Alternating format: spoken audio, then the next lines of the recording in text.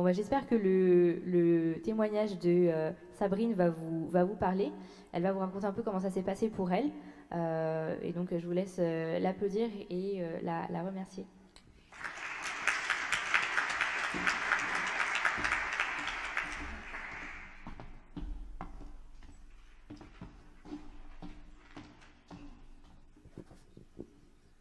Vous m'entendez?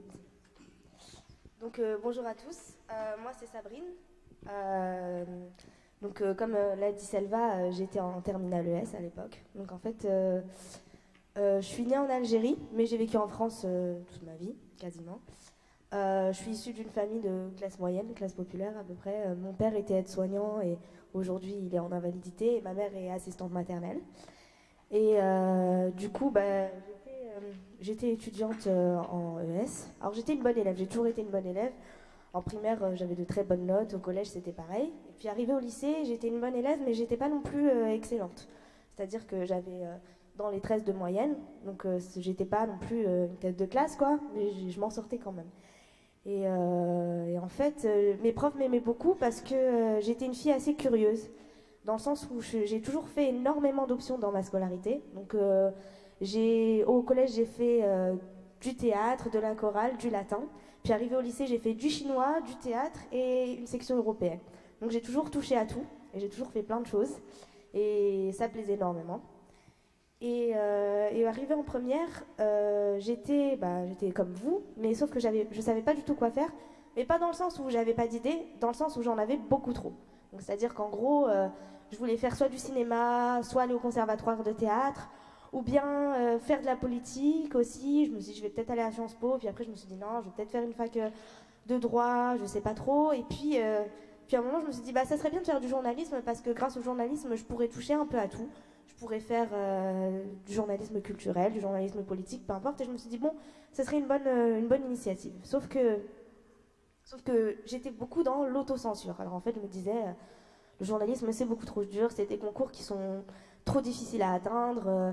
C'est des centaines de personnes, des milliers de personnes qui postulent. J'y arriverai jamais. Faudrait plutôt que je fasse une fac d'infocom. C'est simple d'accès et puis j'y arriverai, quoi. Donc j'étais partie sur la communication. Et puis j'ai eu Brio qui est arrivé dans ma vie. Donc vous êtes tous à Brio ici, c'est ça? Presque, ok. Donc pour ceux qui ne savent pas, Brio, c'est une cordée de la réussite nantaise qui accompagne des élèves de la première à la terminale pour nous aider justement dans notre parcours. Donc on a des ateliers le mercredi après-midi, on a des tuteurs qui nous aident, comme Ilan est tuteur aussi. Donc voilà, et à Brio, en fait, ce qui s'est passé, c'est qu'ils m'ont toujours aidé à faire ce que je voulais faire, et ils m'ont toujours poussé dans mes ambitions justement à réussir. Et ça a commencé dès l'entretien. En fait, quand j'ai passé l'entretien pour postuler à Brio, je leur ai parlé de ce que je voulais faire et je leur avais dit que j'étais fan de catch et que du coup, je souhaitais beaucoup travailler dans le monde du catch. Alors, je veux pas être catcheuse, hein, je voulais juste soit organiser des choses, soit les commenter, donc je savais pas trop. Mais je le disais jamais parce que on n'est jamais pris au sérieux quand on dit ça. On dit c'est un truc de gamin, ça sert à rien. Et donc Brio m'ont dit non, mais c'est super cool, franchement, ça a l'air trop bien, on aimerait trop que tu fasses ça. Et ils m'ont pris. Moi, après l'entretien, je m'étais dit, de toute façon, ils me prendront jamais parce que c'est un truc pourri, voilà. Et au final, ils m'ont énormément aidée et c'est eux qui m'ont poussée à passer les concours en journalisme parce que je me disais, c'est trop dur et puis au final, je les ai faits. Puis après la terminale, j'ai eu mon bac mention bien, je passe les concours et là, grosse déception, je les ai pas. Alors, il faut savoir que les concours de journalisme sont très compliqués. Alors, pour ceux qui sont intéressés par le journalisme et puis pour les autres éventuellement, les concours de journalisme sont très compliqués, c'est-à-dire qu'il y a 14 écoles reconnues par la commission de la carte en France, donc des écoles reconnues par la profession. Sinon, il y a des écoles privées mais qui ne sont pas reconnues par la profession et du coup qui ne sont pas aussi légitimes que les 14. Et dans les 14, il y en a 3 qui sont en post-bac, donc après le bac. Et ce sont des DUT, donc ça s'appelle des DUT Information, Communication, Option Journalisme. Et en gros, par DUT, on est genre 2000 à postuler. Puis ensuite, on est 150 sélectionnés pour passer un concours écrit. Et au final, on est 28 sélectionnés, ou 30 pour l'école de Cannes. Donc je postule, je ne suis pas prise à Lannion, je ne suis pas prise à Tours. J'ai été prise à l'entretien de Cannes. Alors en fait, je vous explique. J'ai passé les concours écrits de Cannes, et puis ensuite, juste après, il y a les entretiens. Et c'était vraiment le moment où je me suis dit, pourquoi tu as essayé le journalisme, c'est pas du tout pour toi, t'es trop nul, t'y arriveras jamais. Alors, en fait, je me suis retrouvée devant 2 professeurs qui m'ont fait passer l'entretien et qui m'ont fait vraiment ressentir comme si j'étais la personne la plus débile sur Terre, genre vraiment. Alors je vais vous dire à peu près ce qu'on m'a dit. Donc on m'a posé une question sur Ferguson et Baltimore, alors je sais pas si vous en aviez entendu parler ou pas, mais en gros c'était des émeutes qui avaient lieu aux États-Unis après qu'il y ait eu un policier qui ait tué un jeune homme noir. Du coup il y avait eu ces émeutes et on m'a dit, si t'étais Barack Obama, qu'est-ce que tu ferais? Et moi j'ai répondu dans ma naïveté de lycéenne de 17 ans, bah j'arrêterais le port d'armes. Sauf que ce que je savais pas, c'était que dans la Constitution américaine, dans le 2e amendement, il y a écrit que le port d'armes, enfin le port d'armes est inscrit dans la Constitution, dans le 2e amendement, et du coup, on peut pas l'interdire comme ça, c'est pas possible. Et donc on me l'a dit, on m'a bien fait comprendre que j'étais trop bête de pas savoir ça. Et ensuite, quand j'ai dit mes ambitions et du coup que je voulais faire journaliste, que j'étais intéressée par tout, mais que j'aimerais beaucoup travailler dans le catch, on m'a dit, mais de toute façon le catch c'est pas un sport, et puis c'est pas du journalisme, t'apprendras pas ça, c'est chez nous, je vois pas pourquoi t'es là. Donc voilà, on me l'a dit cash. Hein. Et je me suis dit, ok, donc je suis sortie de la salle en pleurant, puis je me suis dit, de toute façon, c'est pas fait pour moi, je vais faire autre chose. Puis j'ai été prise à mon 7e vœu APB, c'était la licence droit parcours Europe à l'université de Nantes. Donc c'est une licence, une bi-licence, une double licence sélective. Et je faisais partie de 45 sélectionnés, donc c'était quand même pas mal, mais vu que c'était pas ce que je voulais faire, c'était pas non plus la joie pour moi. Et puis c'était une licence très très dure, c'est-à-dire qu'on avait des cours de 8h à 20h le soir, on avait des cours de droit, puis à côté on avait des cours sur l'Europe en général, donc il y avait sociologie de l'Europe, histoire de la construction européenne, enfin bref, plein de choses. Donc c'était très intéressant mais très éprouvant, et j'étais dans une classe qui avait que des têtes, que des gens qui avaient genre 15 de moyenne à la fac, et puis moi j'étais là en train de ramer avec mon 10, puis j'ai failli arrêter au premier semestre en fait. Et puis au final je me suis remise en question, je me suis dit mais ça sert à quoi si tu abandonnes maintenant, tu vas faire quoi après? Tu vas rester un semestre à glander, et puis même au-delà de ça, qu'est-ce que je vais faire après quoi? Du coup, je me suis dit, bah, il faut que je repasse les concours. Et je me suis remise en question. J'ai postulé à Prune, Radio Prune, je ne sais pas si vous connaissez, c'est une radio associative nantaise. Et dedans, d'ailleurs, c'est une radio que j'ai découvert grâce à Brio, parce que j'y suis allée avec eux, j'avais visité Prune et j'avais fait une interview là-bas pour présenter Brio. Et ensuite, j'y suis allée, j'ai postulé, j'ai travaillé dans 2 émissions. Une qui s'appelait le Ghetto Blaster, c'était une émission culturelle où on interviewait des écrivains, des metteurs en scène de la région nantaise, enfin plein de gens comme ça. Et j'ai travaillé pour Cité à la Une, où je faisais des reportages sur plein de sujets politiques et sociétaux, comme Notre-Dame-des-Landes, la réforme des collèges, le harcèlement dans les transports en commun, plein de choses comme ça.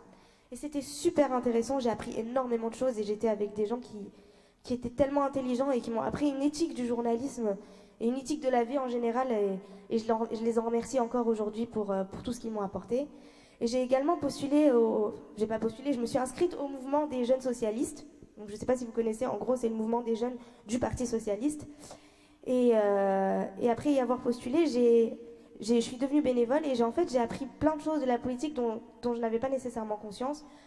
Comme par exemple le fait que je pouvais agir au niveau local bénévolement, sans être payée, et qu'au final, la sphère politique d'au-dessus, c'était pas que eux qui prenaient les grosses décisions, que nous aussi on avait un impact dans ce qu'on disait.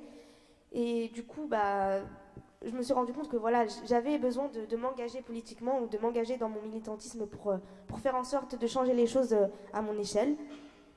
Et à force de m'engager comme ça dans plein de choses, de faire plein de choses à côté, ça m'a permis de construire un dossier béton pour mes concours. Et résultat, j'ai été prise pour passer les entretiens et les concours de Cannes et de Lannion. Je n'avais pas postulé à Tours parce que j'avais un partiel à ce moment-là. Et du coup, j'ai passé les concours de Lannion et les concours de Cannes. Et là, grosse différence par rapport à l'année d'avant. On m'a pas du tout pris de haut, on n'a pas du tout été condescendant avec moi. Les profs m'ont posé des questions qui m'ont paru super simples. Mais c'est juste qu'en fait, ils me prenaient au sérieux parce que j'avais justement eu l'expérience et acquis l'expérience nécessaire pour pouvoir faire ça. Et donc, résultat, j'ai été prise aux 2 concours. Et donc, j'ai choisi Lannion et c'était vraiment un soulagement. Et puis, je me suis dit, toute cette sueur, tout ce travail, ça a enfin payé et je me suis enfin retrouvée à faire quelque chose que j'aime. Et franchement, je ne l'ai pas fait toute seule. Je vais vous avouer que je ne l'ai pas fait toute seule parce qu'il y a énormément de gens qui m'ont aidée autour de moi.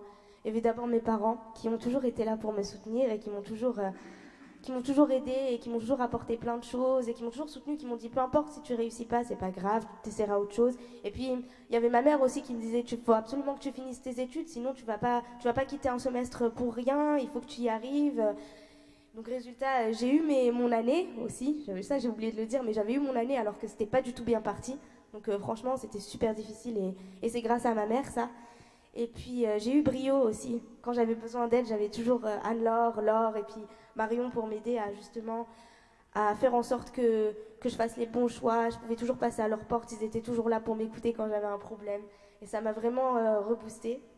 Et puis aussi, comme je l'ai dit précédemment, je suis fan de catch, mais il y a toujours eu...